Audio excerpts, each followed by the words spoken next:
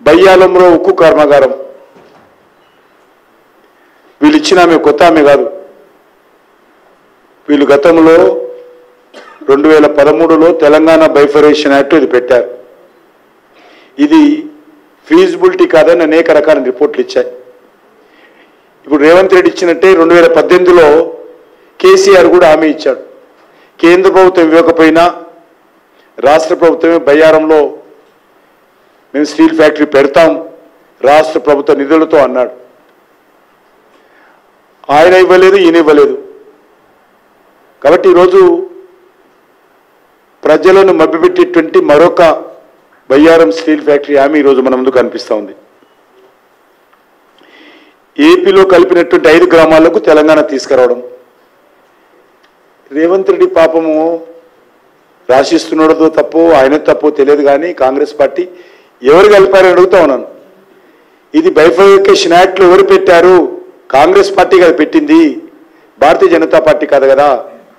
మీరే కదా బైఫర్కేషన్ యాక్ట్లో పెడితే 2014 ఎన్నికల ప్రణాళికలో కూడా కేసీఆర్ దీన్ని తీవ్రంగా విమర్శిస్తూ మేనిఫెస్టో పెట్టాడు.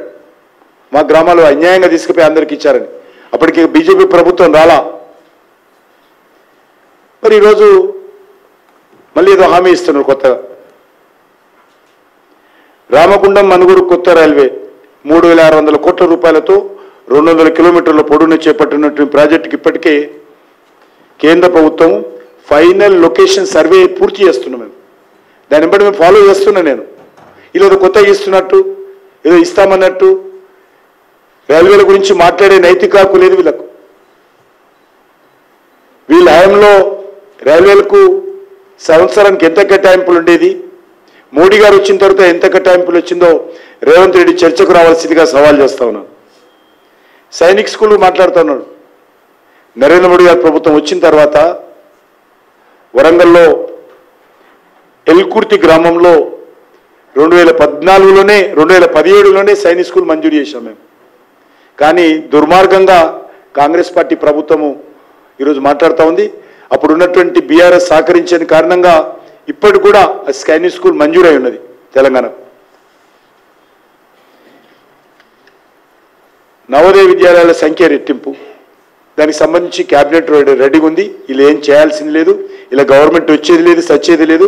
కాబట్టి మేమైతే తప్పకుండా నవోదయ విద్యా సంస్థలను మేమే ఆల్రెడీ క్యాబినెట్ అప్రూవల్ అయింది. ఆల్మోస్ట్ ఫైనల్ క్యాబినెట్లో ఫైనల్ అయిపోతే అది వచ్చేస్తుంది. నేషనల్ ఏవియేషన్ యూనివర్సిటీ అంటున్నాడు. కేంద్ర ప్రభుత్వం హైదరాబాద్లో ఈ దేశంలోనే మొట్టమొదటి civil aviation research organisation CARO సంస్థను మంజూరు చేశాం, నిధులు కేటాయించాం. ఇన్స్టిట్యూట్ ఆల్రెడీ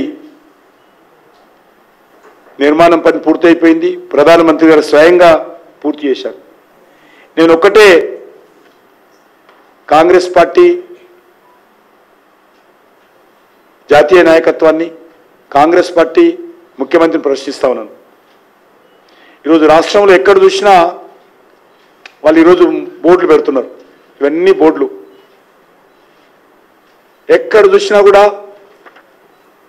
గ్యారంటీల విషయంలో కాంగ్రెస్ పార్టీ తెలంగాణకి ఏం చేసింది ఈ 5 నెలల్లో ఇవన్నీ బోర్డులు పెడుతున్నారు. ఎంత అబద్ధమంటే ప్రజలు నవ్వుకుంటారు అనే సిగ్గు కూడా వాళ్ళకు లేదు. ప్రజలు అసహించుకుంటారు అనేటువంటి ఆలోచన కూడా ఈ ప్రభుత్వానికి ముఖ్యమంత్రికి లేదు. ఏ ముఖం పెట్టుకొని మీరు ఇవన్నీ చేశారని ప్రజలుగా చెప్పుకుంటారో నాకైతే అర్థం కాలేదు. మార్పు మొదలైంది అన్నారు. ఏ మార్పు మొదలైందని అడుగుతా ఉన్నాను. తెలంగాణలో ఏమి మార్పు మొదలైంది? కల్వకుట్ల కుటుంబ పాలన పోయి మరొక కుటుంబ పాలన వచ్చింది. సోనియా గాంధీ కుటుంబ పాలన వచ్చింది. అది ఒక కుటుంబ పాలన పోయి ఇంకో కుటుంబ పాలన రావడం మార్పు అని అడుగుతా ఉన్నాను. అప్పుడు కేసీఆర్ హామీలు ఇచ్చి మసిబూసి మారడికాయ చేసేవారు. ఇప్పుడు రేవంత్ రెడ్డి హామీలు ఇచ్చి గాడిద గుడ్డిస్తున్నాడు ప్రజలకు. ఇప్పుడు ఆపరేషన్ లేకుండానే మోకాళ్లకు ప్లాస్మా ట్రీట్మెంట్. మీ ఆర్థోపెడిక్ సమస్యలన్నిటికీ రోబోటిక్ టెక్నాలజీ ద్వారా తక్కువ ఖర్చుతో శాశ్వత పరిష్కారం. Free consultation. ప్రతి ట్రీట్మెంట్ పై 20% డిస్కౌంట్. ఈ ఆఫర్ కొద్ది రోజులు మాత్రమే. త్వరపడండి. V9 hospitals 9281465842.